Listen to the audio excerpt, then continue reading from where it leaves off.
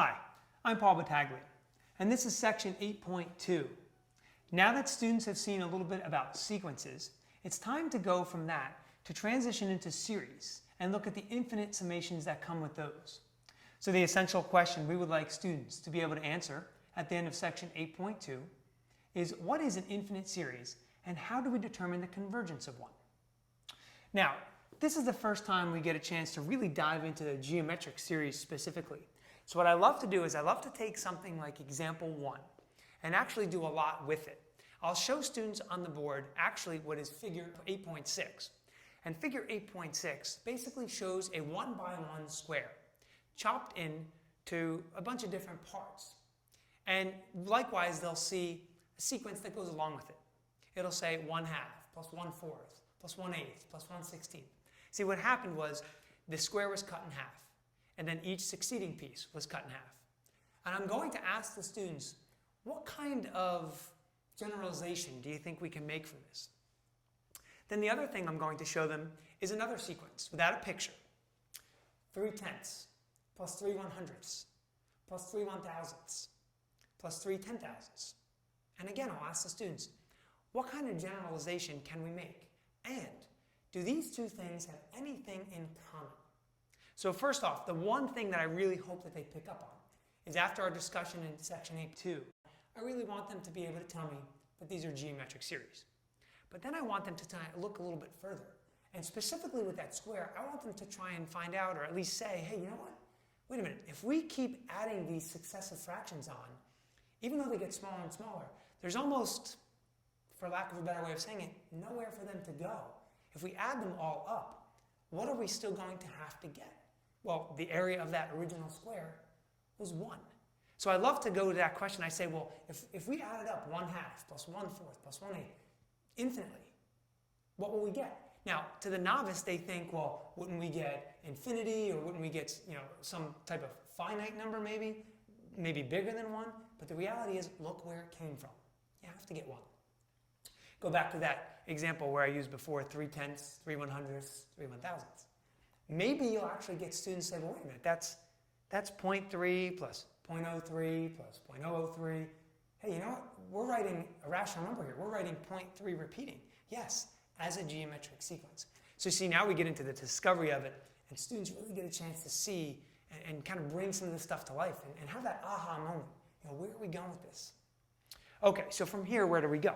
Well, with geometric series clearly is a big thing to talk about. So we want to talk about its convergence.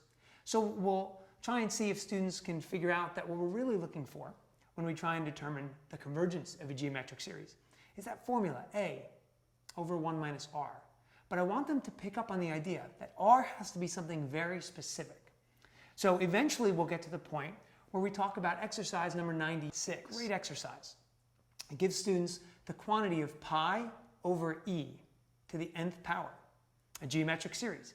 And we ask them, does it converge? And then eventually, even if we plot these out, see, if they see things numerically and analytically, maybe if we plot these terms out graphically, they'll see that in that specific case, the terms kind of take off. They don't settle down. And that's because our common ratio is bigger than 1. And that's what we're obviously looking for. So there's a lot in this section. Take your time, navigate through the examples, and see how you'd like to present it. As I said before, I love the way to begin the class of trying to get them to discover the connection between a geometric sequence and a series. Now, let's look at some common mistakes that students tend to make in this section. First and foremost, let's talk about that common ratio. See, what we need is, for a geometric series to converge, the absolute value of that ratio must be less than 1. So what that means is we see students a lot of times when they go to find the sum of that series actually use the absolute value of R instead of the value of R itself. So look for that. Also, by default, you'll see students sometimes use 1 in the numerator. And what they're doing here is they're just kind of assuming that A, the first term of the sequence, was 1. And in reality, it could have been anything. Go back to the warm-up from before. The first term of that sequence was 1/2 or 3/10. Those are the kinds of numbers that they should be looking for. So point that out. Also, in Theorem 8.8, students might think that the converse is also true. And the reality is that the limit, as n approaches infinity of this series, if it's 0, Just means that the series may converge. Doesn't have to. Lastly, I think what I'd like to hammer home to my students is that we need to be able to recognize all of these things. And first and foremost, we want to be able to recognize when we are looking at a geometric series, because this is the kind of question I'm going to give them on all of my quizzes and tests. And I'm definitely going to throw in some multiple choice type questions.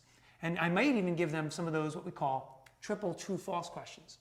Those are the kinds of questions where you say, which of these following geometric series converges? Roman numeral 1, Roman numeral 2, Roman numeral 3. And there I'd be specifically looking for if they really understand the common ratio.